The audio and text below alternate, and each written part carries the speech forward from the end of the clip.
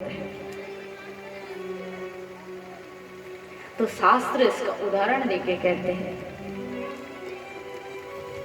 जैसे माताएं साड़ियां पहनती है कि नहीं? साड़ी में क्या है अब बताओ? साड़ी में क्या है? सूता बोलते, सूत है धागा। उस धागा को मशीन ने बढ़िया सजा दिया, इधर से इधर से इधर से इधर से, तो बन गई साड़ी। और यदि किसी साड़ी से सारे सूता को माने धागा को निकाल दिया जाएगा तो साड़ी कहते हुए, वस्त्र कहते हुए कोई वस्तु रहेगा? वस्त्र रहेगा। तो उसी प्रकार जिस प्रकार साड़ी में धागा ही धागा है, धागा के अनेक समूहों को सजाया दिया जाता है तो बन जाती है साड़ी। तो उसी प्रकार साड़ी में जैसे धागा ही धागा है, उसी प्रकार जगत में धागे की तरह, साड़ी की धागे की तरह ईश्वर व्याप्तमय है। ऐसे कोई स्थान नहीं, ऐसे कोई धूलि का कण नहीं जिसके अंदर परमात्मा विराजमान ना हो। इसलिए रामायण में वो श्लोक आते हैं कि हरि व्यापक सर्वत्र समान। क्या बात है! हरि व्यापक सर्वत्र समाना, प्रेमित प्रकट होई में जाना। शास्त्र कह रहे हैं, ये पूरा साफ शुद्ध माने विशुद्ध भाषा में कह दे रहे हैं कि हरि व्यापक सर्वत्र समाना, भगवान सब जगह है। किंतु उस भगवान को प्रकट करने का विधि उपाय क्या है? क्या?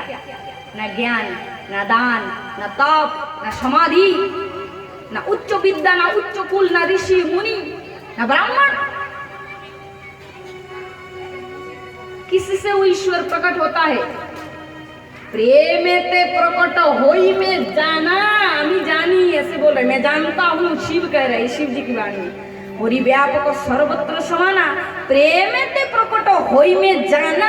शिव जी कह रहे मैं जानता हूँ अच्छी तरह से, हरि खाली प्रेम से ही प्रकट होता है और किसी वस्तु से नहीं। जिस प्रकार दूध को मंथन करने से, मंथन करते करते दूध दही जो है आप जानते हैं, ब्रज की गोपियां भी मंथन करती है।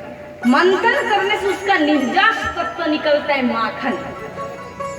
दूध कहो दही कहो, दूध की जिस प्रकार निर्जास तत्व है माखन, उसी प्रकार इसी संसार का सार तत्व है प्रेम, क्योंकि प्रेम से ही भगवान की प्राप्ति हो सकती है। हरि व्यापक सर्वत्र समाना, प्रेम ते प्रकट होई में जाना। देश काल दिशि विदिशि माही। ऐसा कोई देश नहीं, ऐसा कोई किसी काल नहीं, ऐसा कोई समय नहीं, ऐसा कोई स्थान नहीं जहाँ पे भगवान नहीं।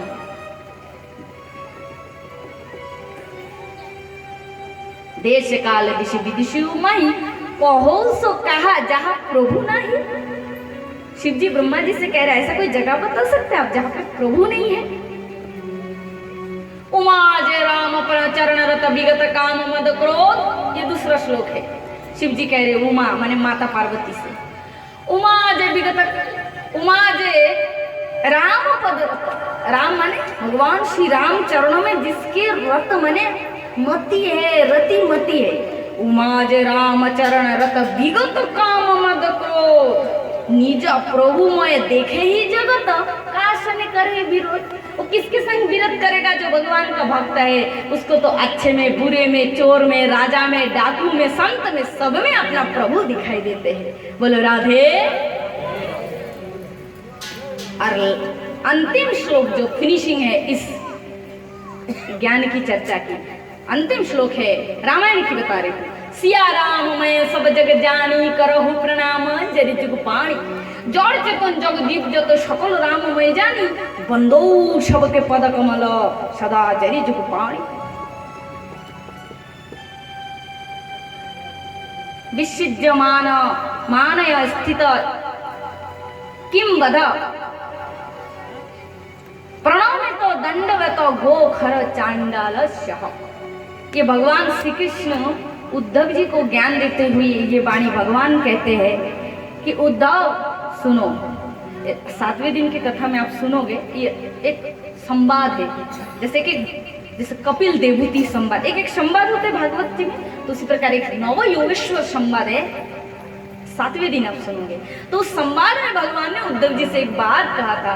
भगवान कहते हैं कि उद्धव देखो, एक मैन में दो तलवार नहीं रह सकते। बहुत ध्यान देने की बात है। आप थोड़ा अपने बुद्धि से सुनिए, कितनी सुंदर बात भगवान कृष्ण ने कह दिया। भगवान कहते, सुनो उद्धव जी ने प्रश्न किया कि प्रभु आपको पाने का उपाय क्या है, आपकी प्राप्ति का उपाय क्या है। तो भगवान श्री कृष्ण कहते, देखो उद्धव, घुमा फिरा के बात कहना मुझे नहीं आता, घुमा फिरा के बात कहना मुझे नहीं आता। मैं तो सीधा कहूंगा, मैं सीधा कहूंगा। सुनने की साहस है, हिम्मत है। उद्धव जी ने कहा, कहिए ना प्रभु जी, क्या कहना चाहते हैं, हम तो सुनने के लिए व्याकुल हैं। तो भगवान कहते, उद्धव, मुझे पाने का एक ही उपाय है। सुनो उद्धव, एक म्यान में दो तलवार नहीं रख सकते। म्यान माने जानते हैं ना, वो जो तलवार रखते हैं राजा लोग, उसके कवर होते हैं ना ऊपर का, तो उसे म्यान कहते हैं। तो एक म्यान में दो तलवार नहीं रख सकते। यदि हमने एक म्यान में दो तलवार रखी, या तो म्यान फटेगा, नहीं तो तलवार टूटेगी। एक म्यान में एक ही तलवार रह पाएगा। उसी प्रकार उद्धव, म्यान रूपी तुम्हारा मन भी एक है। अपने मन में या तो संसार को बिठाओ, या तो मुझे बिठाओ। जिस मन में संसार आ गया, उसमें मैं नहीं बैठ सकता, और जहाँ पे मैं आ गया, वहाँ पे संसार नहीं आ सकता। एक बार हो जाए राधे।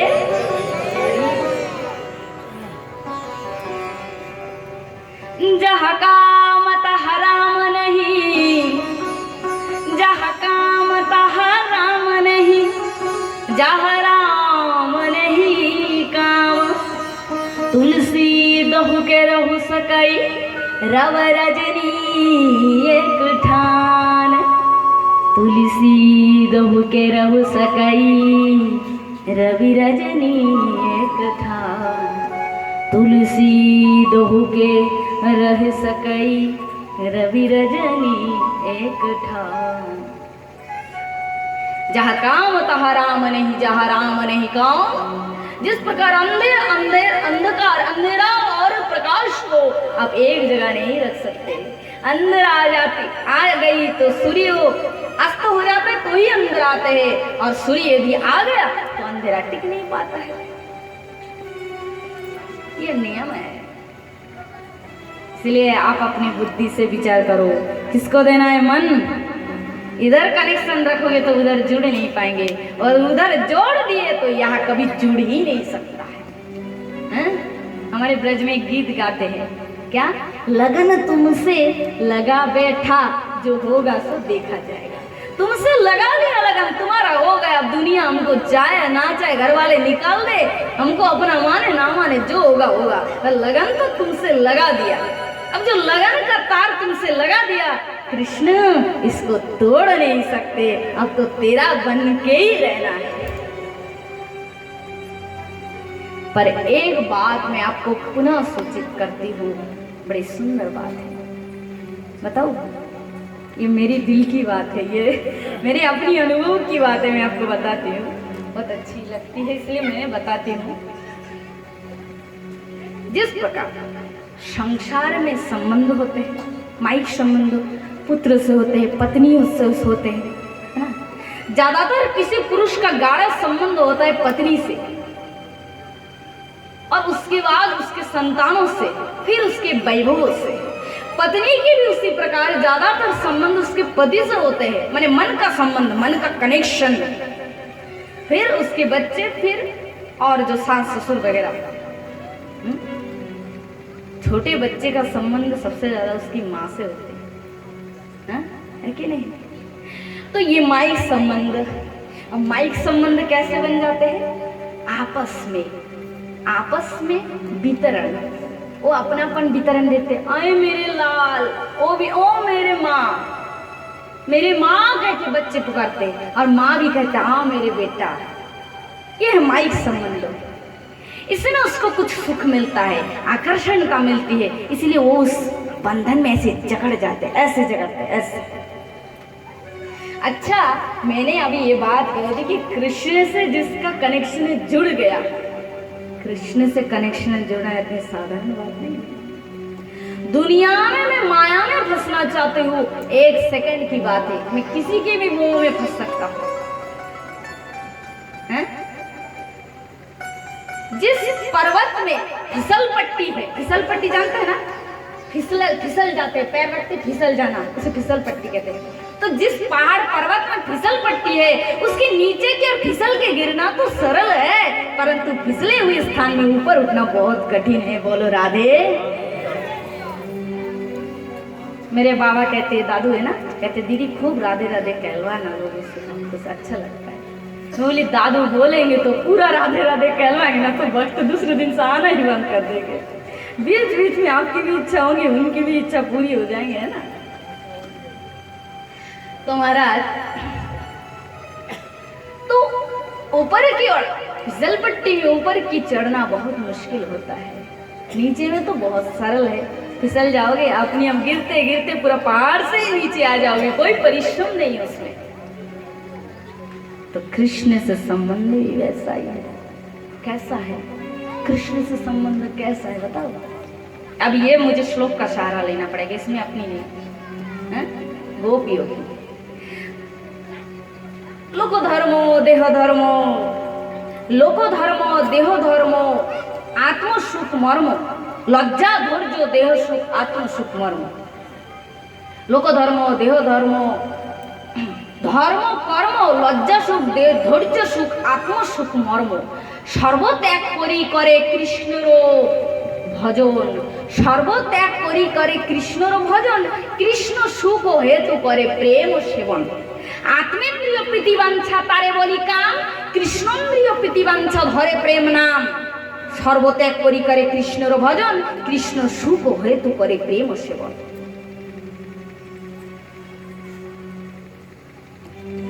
तो क्या लोको धर्म, लोक धर्म माने क्या, हमारे परिवार में इसको थोड़ा सुख देना चाहिए।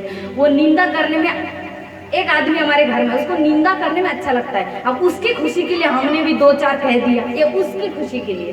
अब कृष्ण भक्ति करने जाओगे तो ये दूसरों लोगों को जमा ताली दे के रखना, ये छूट जाएगा। इसे कहते हैं लोक धर्म। पारिवारिक सबको सुख देना, इसके मन जगाना, उसको मन जगाना, ये सब चंपट हो जाएगा, इसे कहते हैं लोक धर्म। देहो धर्मो, सबसे बड़ा कठिन है देहो धर्म त्याग करना, अपनी शरीर का सुख का त्याग कर देना। हमारा शरीर क्या क्या चाहते, सुख, जो आवश्यक से मैं कहती हूँ, अच्छे अच्छे खाना शरीर चाहते, बढ़िया पंखे के नीचे आराम विश्राम करना, और नॉर्मल में लोगों के संग संसारी बातें कहने में मनुष्य को ज्यादा सुख मिलता है। प्रैक्टिकली लाइफ की बात मैं आपको बता रही हूँ। फिर और भी है, धन संपत्ति कमाना, उसको इकट्ठा करना, भोग करना, ऐसे बहुत डिपार्टमेंट है ये बाह्य संसार की।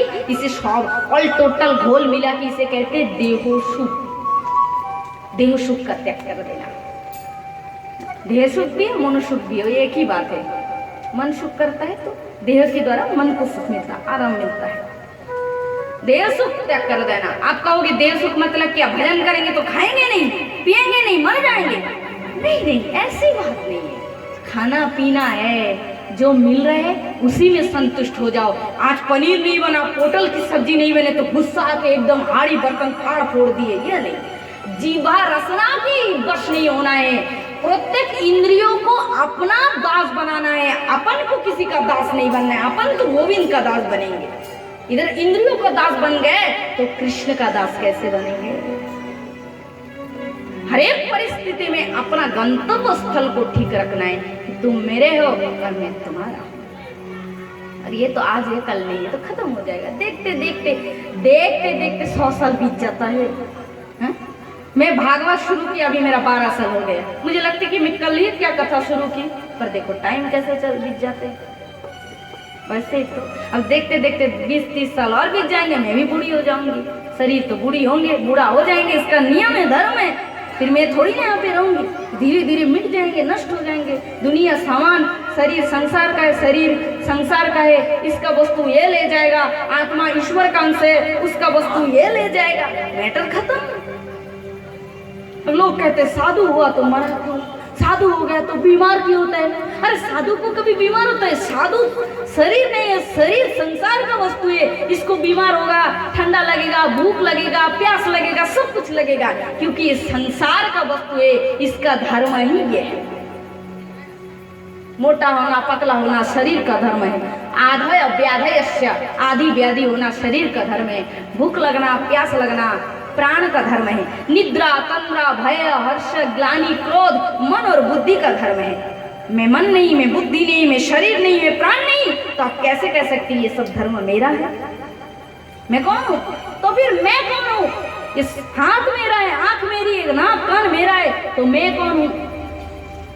मैं नित्य हूँ, चिन्मय हूँ, शाश्वत नित्य चिन्मय गोपी स्वरूप हूँ, राधा रानी की नित्य दासी हूँ, राधा कृष्ण भी नित्य है, मैं भी उनकी नित्य सहचरी हूँ। ललिता विशाख की तरह मेरी भी दिव्य है, मैं भी नित्य लीला में नाचती हूँ, रास रचाती हूँ, कृष्ण सेवा, राधा रानी की सेवा निर्विच्छिन्न नाम करके प्रेम सेवा दान करती हूँ।